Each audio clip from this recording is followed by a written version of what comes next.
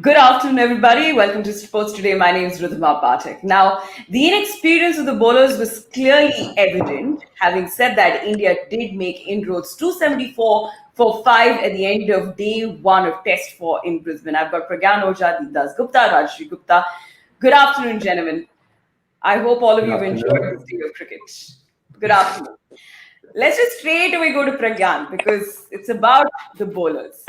Now, Yeah. tell me, let's analyze the bowlers. 5 tests, and this is a fourth test going on. The bowlers here.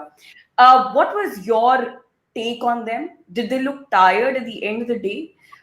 Could they have done better? And what could have been a different combination according to you? See, first of all, I'd like to say, all this thing that is happening, we must consider that, so much was happening there. Every test match, if you see all the four test match, only two players, they have played the entire series. That is Ajinkya Rahane and Cheteshwar Pujara. So we must understand that, the team was never settled. But if you look at the, result, it's still 1-1. So if this test match, we try and save it or win it, the trophy remains with us. So we are ahead of them. Yes, this was an inexperienced bowling side. If you look at, just now, Rajeshwida was telling us, if you look at Australians, all those bowlers who were playing, they've got almost 1,000 plus wickets in their career. And if you look at the Indian bowling, it's like hardly 11, 12 wickets. So, there is a lot of difference between both the teams. But, if you see the way our bowlers bowled, it was brilliant. But I really feel for Kuldeep Yadav. I Yeah. felt, when you are in the 15, in the first setup, so I think he deserves it. I don't know what's the dynamic is and what the think tank were, planning. But if you are in the first 15, so you really are, you don't know the answers, and you don't want to be in that situation. So that's the reason I felt a little bad for Kuldeep Yadav. Yes, exactly. So it's all beautiful points out there. If you think about it, 4 tests, 5 bowlers. I mean, yet gritty and determined. Great point out there. But we were talking about this deep yesterday. There was a case to play Kuldeep with Ashwin out. Absolutely, yes. But there are a few caveats that needs to be put out there. Once, as Pragyan rightly mentioned, these are, I mean, amazing times. I haven't seen any team, or I haven't heard of any series where so many people have got injured. I mean, especially the bowlers. So obviously there are a lot of stuff which is happening behind the scene. You've lost your front line, all your front line bowlers, to be honest. So yeah, I mean, these are tough times. The other important thing is you can't go into a test match thinking of a draw. You have to go into, I mean, in this day and age, you have to go in for a win.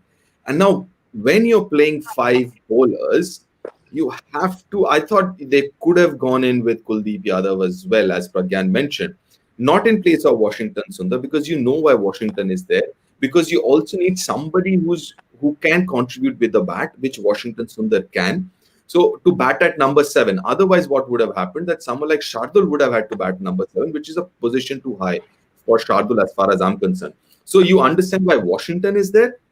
And on the hindsight, I mean, rather than having 3 out and out seamers, or rather 4 out and out seamers, I'd rather have a Kuldeep Yadav there, and that's what I would have done, like Pragyan mentioned, because he's an attacking option.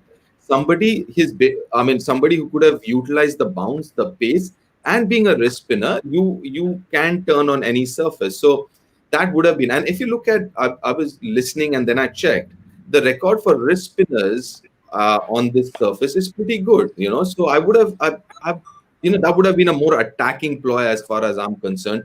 But suddenly, I mean, now looking at the situation where Navdeep is also gone inside with a groin injury, now you look back and start thinking maybe there was a niggle which was already there, and maybe that's the Yeah. reason. So you really don't know what's going on behind the scenes. But ideally speaking, Kuldeep Yadav should have been one of the players, according to me, one of the bowlers. Yeah, and two things to add to Deep Bhai. One is Kuldeep Yadav has a brilliant record in Australia. He's got a couple of 5 wicket hauls. And the other thing, this pandemic, how this thing has changed our lives. Ishan Sharma is fit, bowling in Syed Mushtaq Ali. Bhuvi is bowling in Syed Mushtaq Ali, but they cannot travel because of the COVID, the quarantine restrictions. These things really matter. Had this been a normal situation, few of our boys could have gone there. The senior boys. Yeah, that's a very fair point. That's a very fair point. Having said that, dropped catches is really hurting us. Also, our viewers on the comment section has been saying that Rajashri, that drop chance of Marnus, and we've dropped a total of 13 catches so far. I mean, if we don't have our A players there, at least this could have sort of saved us, given us some more comfort. Look, yeah, it's a no-brainer, right? Drop catches will prove costly in these conditions against the top side. But look, with this team, for once, I would not want to be overtly critical. I know that the one drop chance of Manas Labusche and Ajinkya Rahane, it was a sitter, and he's a world-class slipsman. You would have expected him to take that 9 out of 10 times. I think he was on 36, 37 right after Steve Smith got out. After that, he got another chance, went on to score 100. What can you say? These things happen. And the first catch, Rohit Sharma, that was a blinder, right? It slipped. That was a sharp catch, and that sort of showed that these guys were up for a dogfight today. These things happen. Can you be overtly critical looking at the entire catching for India across the series? Yes, there is a case for that to be sharpened up. But if someone like Ajinkya Rahane drops that, what I thought was a sitter, the moment that ball came off the crack, I thought it came off the crack and went to Rahane. I thought it was done and dusted. But it's just been one of those series for India, even Ajinkya Rahane dropping those. I know it's not actually drop catches has been quite the story of all the tests, considering from both ends of the show. Yeah. Having said that, Pragyan, Natarajan for you, 2 wickets to bring India back. What a story.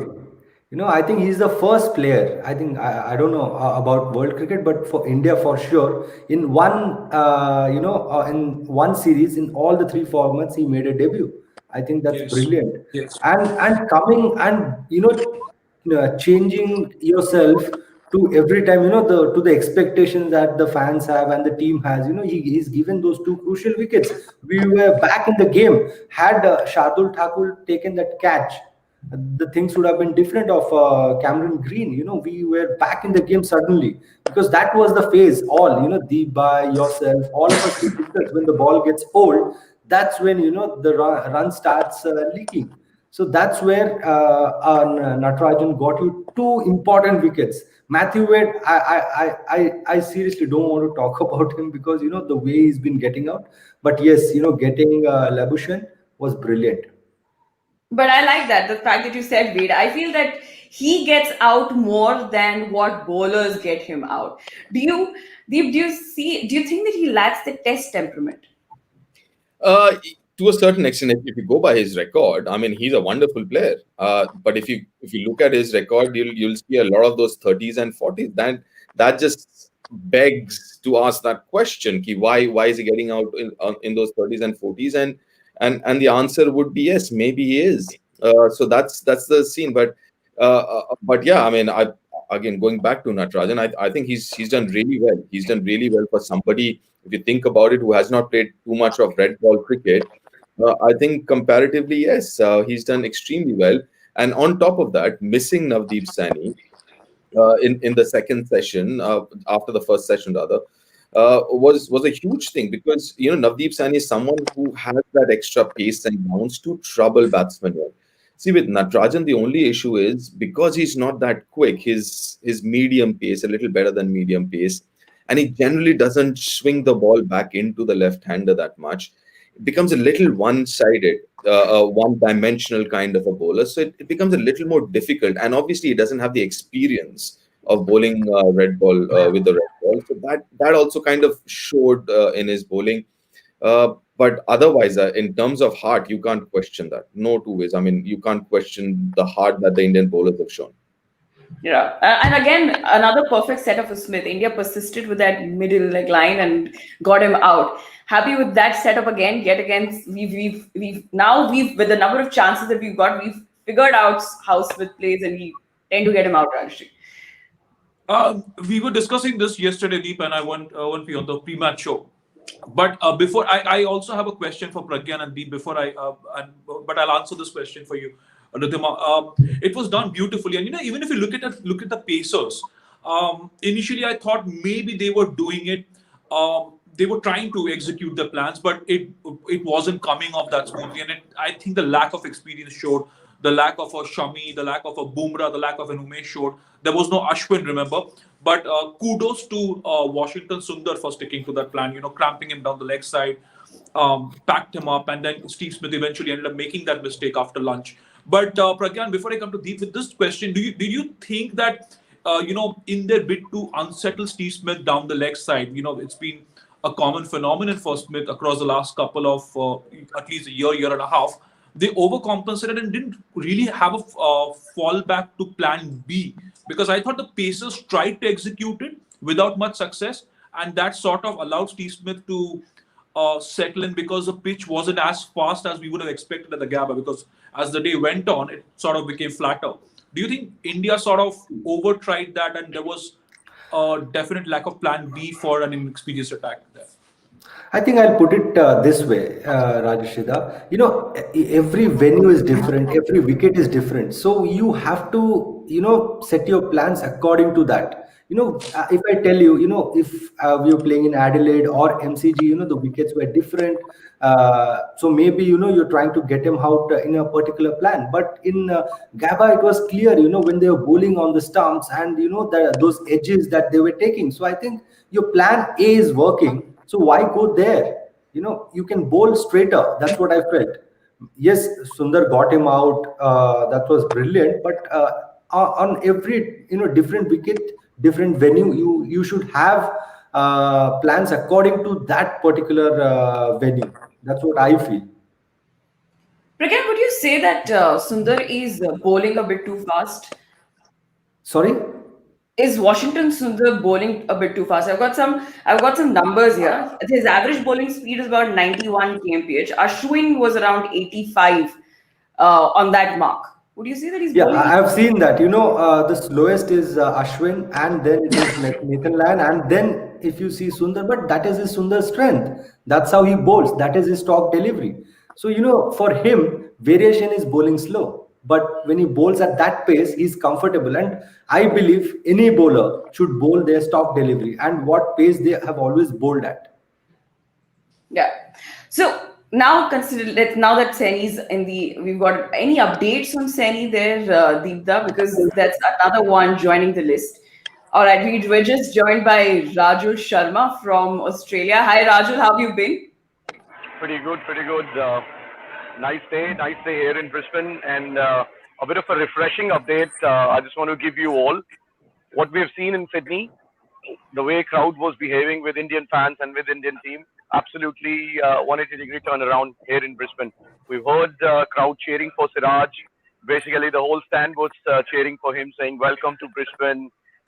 He was interacting with the crowd, giving wave back to Australian fans and to Indian fans. And Siraj and quite a lot of other Indian bowlers were fielding exactly in front of Fans India stand. So we witnessed everything.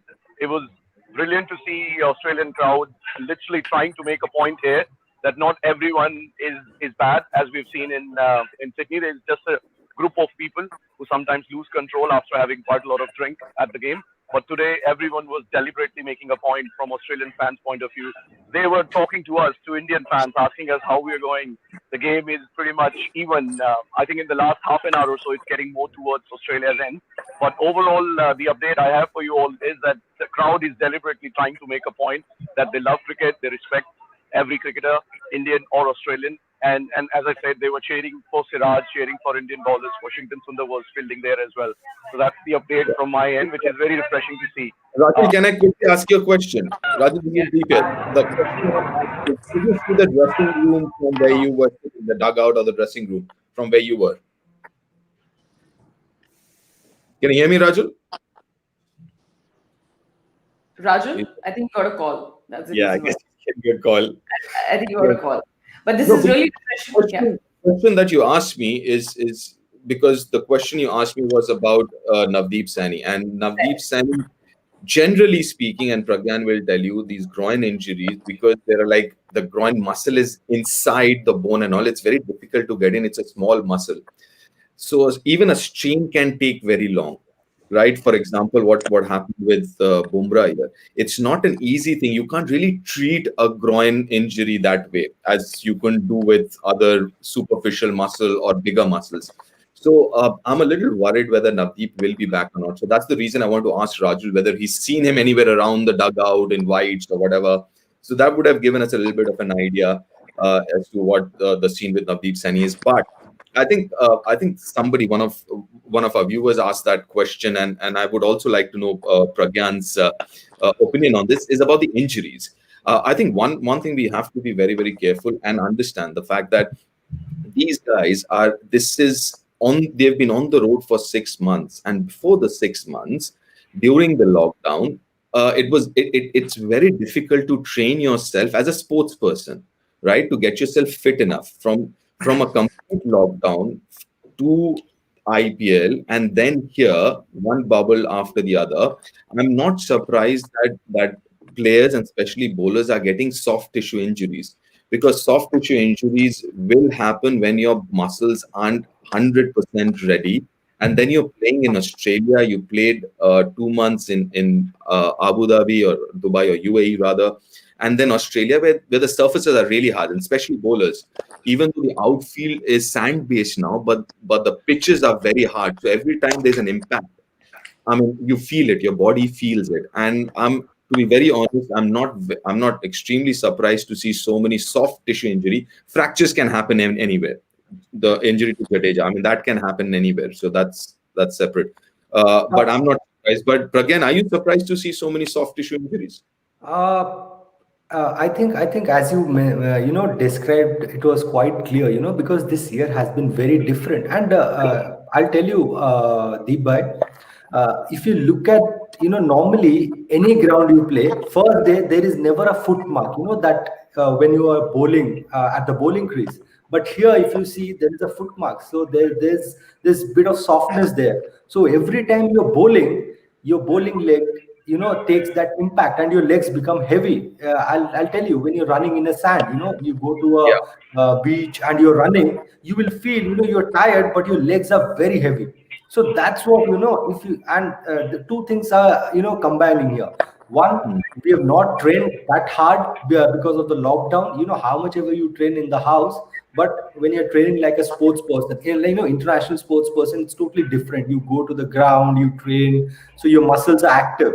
But Yeah. now we had a long season. We had IPL, then this long tournament. So with all this, and then mind you, we also have practice sessions.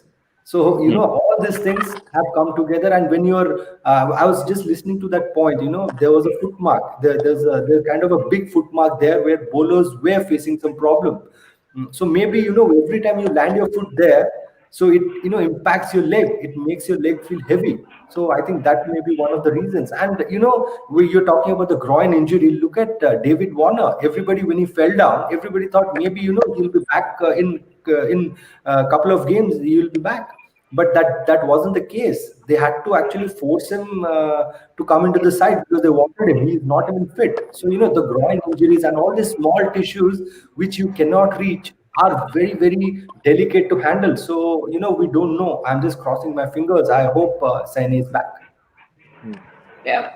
In fact, this is one of the reasons. This is one of the questions I wanted to ask you guys as to why so many injuries. That explains it, because we've not played a single test in which one of our players have not been injured. But anyway, we've got Rajul back. Let's have Rajul back here. And Deep, you asking a question regarding Saini's update.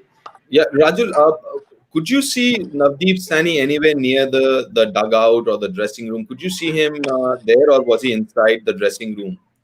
No, we haven't seen him there. We had support staff sitting next to our way, so we tried to get some information from them. They're keeping their lips tight, but we came to know that he's went for a scan, but we haven't seen him outside. He wasn't shown anywhere on the big screen. So after that injury, he was gone. He was pretty much disappeared from the main show there. So we are hoping that his injury is not as bad and we get him back, because as we've seen, there was a bit of a extra workload on this new unexperienced bowling lineup, very talented bowling lineup, but unexperienced bowling lineup. we need the extra bowler. So no special update on Seni at the moment. Well, Raju, since you represent the fans out there, tell me the kind of emotions that the fans have towards this particular test. What is I the mean, emotion? it's brilliant, right? We started this journey with Team India 2 months ago, and it's coming down to this last finale, this last game in Brisbane. It was the first series, ODI series, Australia won, T20 series, India won. Now the Test series, evenly poised. India has a very good chance. I would say India has better chance than Australia because even if it's a draw, we are retaining the trophy. So emotionally, we want to witness this. In my case, I've travelled from Adelaide for this particular Test match. This afternoon, state government changed the rule in South Australia, but before that, I had to self-isolate for 14 days, and I was mentally ready for that. So that can tell you how much fans are passionate about this particular Test match and what we show in Sydney. Uh, we are here to support the team. We were not expecting that Australian fans will really try to make Indian team feel better, which they are doing it here. But emotionally, we are all connected to this. If this team wins the match and win the trophy, it's going to be twice in a row. It will be absolutely first time any team doing that in Australia. I don't think so. I might be wrong here, but I don't think so. There is any other team, any touring team from outside who came to Australia twice in a row and won the series. So I think this Indian team is ready to make a history here at Gabba. Just want to update you all on the weather side as well. Rain is predicted, 70% chance of rain on the last 2 days.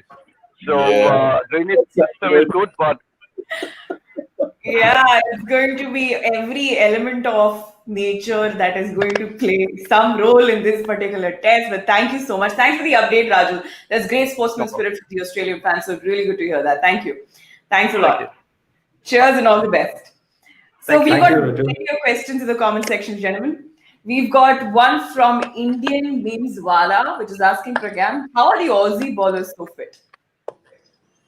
Aussie bowlers so fit. Yeah. I think they also had a little bit of concern.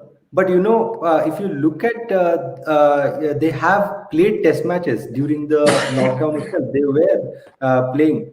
So, and also, if you look at, if you go deep down a few things, they are well built. If you look at their structure, look at we've always spoken about the training that Australians do and the way they have been world beaters. Why? Because they are stronger than us, and they have it's like very what do you call it? The Indians are not that strong than the Aussies if you look that way. Anatomically. Can I just quickly add to that, if I may, Ridhima? So, a couple of other important issues, as Pragyan mentioned, they were playing Shield cricket before the Test series started. A few of them, obviously, Cummins, Hazelwood, they were in UAE playing IPL, but they had started playing cricket way back in June, July in England, right? So they started playing cricket before, and before that also in India, for example, we had a proper, thorough lockdown, right? You couldn't get out of the house. But in Australia, even at the peak, there wasn't a lockdown. You could still go out for a run or a walk. You could train. You could go to a ground or something. You could do all that. So comparatively, the lockdown in India was different from lockdown in Australia. You could train there, right? I remember talking to one of the cricketers, and they said he actually started practicing 15 days before, but everything had to be hush hush, right? So he had to sneak into a ground and practice and all, and sneak out because you weren't allowed to get out of the houses. You weren't allowed to go out. So I think the lockdown period was also very different here in India, and that showed. And obviously they've been playing cricket. Australians have been playing cricket since June end when they played that one-day series against Australia. Yeah. I think this is our major series after that New Zealand series, isn't it? Yep. So there's a lot of gap. And there's somebody who's asking, Parthasharthi Katwal, yes, he's asking about why Ishant Sharma didn't travel with Rohit. We have to understand, Rohit, after his injury, he played the IPL game and then he went for the fitness. But Ishant never played any game. And the rule, that BCCI has set and the NCI has set, any bowler and any cricketer, they have to play at least a couple of games so that, we know they're match fit. But, now when he's fit, we don't have the time for the those hard 14 days quarantine where Ishan Sharma can go through and then go and play there. That's how it is. Well, But that I answers think the the Partha's question. Yeah. question, I guess, sorry, the question could be that yes, there was no game, and I completely agreed with Pragyan.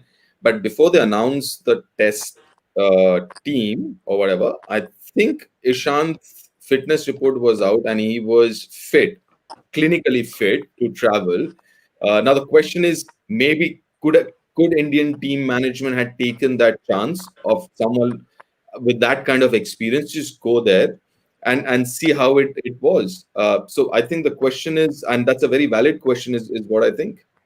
Yeah, it is Yes, actually the Deep, question is I'll tell why you, did Deep. not come with Rohit? If you look at Ishan Sharma's injury history, in New Zealand he broke down. So Yeah, there is lot of pressure on the the physios and the people who are managing the players. So that's the reason they have a certain rule that any bowler or anyone, they have to prove their match fitness before they are eligible to be picked for any tour. fair enough. Fair enough. Yeah, fair, fair. All right, we've got another question. This one's for you, Rajashri. Don't you think Marnus is a superstar in the making in tests? The way he has dominated England, New Zealand, and India so far, attacking with intent, is commendable. This is Shantanu Mishra. I think he's already halfway there. He looks up to Steve Smith. He's a hero. We've seen how much time he spends with Steve Smith around the Australian dressing room, and he's a character. He's one of those characters. You look at these young Aussies. I sort of have started to like them. You grudgingly have to accept that there is something about them. Whether it's Cameron Green, whether it's Manas Labuschagne, a couple of the other Aussies coming up the ranks. He's spunky. He's constantly out there. He's going to get involved in some banter. Very different from the Tim Payne school of sledging, but he's going to be there in your ears all the time. Very active. He likes to be in the game, and and when it comes to his game, he's constantly evolving. It almost looks like he comes from the Steve Smith school of batting. So he's always shuffling. He always looks like he's up for a fight. He's If somebody's asking him whether he's already there, he's on the way to becoming a superstar. I think he's already halfway there. Looking at his batting, he's barely started playing limited overs cricket. We'd have to wait and watch and see how that pans out over the next couple of years, because for me, a complete package for any cricketer, for anybody watching the game, covering the game, a complete package would be a batsman who has an all-round game. And since he's got such a strong game in Test cricket, I have no doubt that he will be able to evolve himself likewise in the ODI. So it's going to be a very, very fascinating career to track and watch. Yeah. Yes, Steve. Just to add to that, yes, I mean, on his way, and obviously what we've seen, I think it's just a trailer. This is 17th Test match, 11 50s and 400. Sorry, rather, 10 50s and 500s now, I guess. So that's amazing. But he still hasn't played in the subcontinent, right? He's played in England. Yeah. He's played in Australia. So, yeah, I mean, it's just the beginning. Like I said, the trailer looks really good. I think the movie is still out there. Picture abhi baki hai. Okay, so we've got a question. We've got Akash Gorkar. It's a bit of a harsh question, but I'll take it. This is for you, Deep. Is Saha so bad that team is playing 5 bowlers and injured Mayank instead of him? Yeah, I mean, I was a little surprised. I was really a little surprised not to see Saha and 5 bowlers, because we've discussed this before about 4 bowler, 5 bowler, and especially with batting not really clicking the way you'd ideally would want to. But now that we've seen that Navdeep has got injured, I don't know whether that had anything to do with playing 5 bowlers, because Washington Sundar was going to play when Ashwin was deemed unfit. Washington Sundar, you have to make him play, because obviously he would bowl. He's an all-rounder. Yeah, he will bat as well. But from taking 4 seamers, I don't know. I was thought a bowler too much, especially in this match. Even if you're going for 1 bowler, like Pragyan also mentioned, maybe could have gone with Kuldeep. But this looks a little bad for Riddhiman Saha that he wasn't picked here, because ideally speaking, I would have picked Riddhiman to bat at number 7, and then Washington and 8, and so on and so forth. But now suddenly with Navdeep's injury, this looks like the right combination, though. Yeah. All right, we got another question. John Bright. Pragyan, so don't you think this is the best away tour for India, irrespective of Gaba's result, considering India were 1-0 down and without their best batsmen and followed by injured fast bowlers? Do you think this has been like the best tour for India? Yes, I think this will, if you, later on, when we look at the history, this will be one of the tours which everybody will give us, put it as an example. Because, we don't have our main players. And Aussies, they have all their players, they're almost their first 11. And if you see Rohit, Pujara, and Ajinkya, these three, and the whole team is like India A side. So I think we have to understand, the way we have fought back, the last test also the way we played, and then from that 36 all out coming back and winning a test match. So this is going to go down like a big thing in the history, and this will be a benchmark. Every time you speak about injuries and comebacks, this will be spoken about. All right. So at the end of the day, Deep, India on top of the day, question mark. No, I don't think so. I think had Shardul taken that catch, yes, definitely. They were what 215 for five, but suddenly this would be a little tilted. India is very much in the game. Two early wickets tomorrow morning, and it's a newish ball. Very much possible. The bowlers would be a lot fresher. I Things think the can change. question is how do we break that partnership, Payne and Green?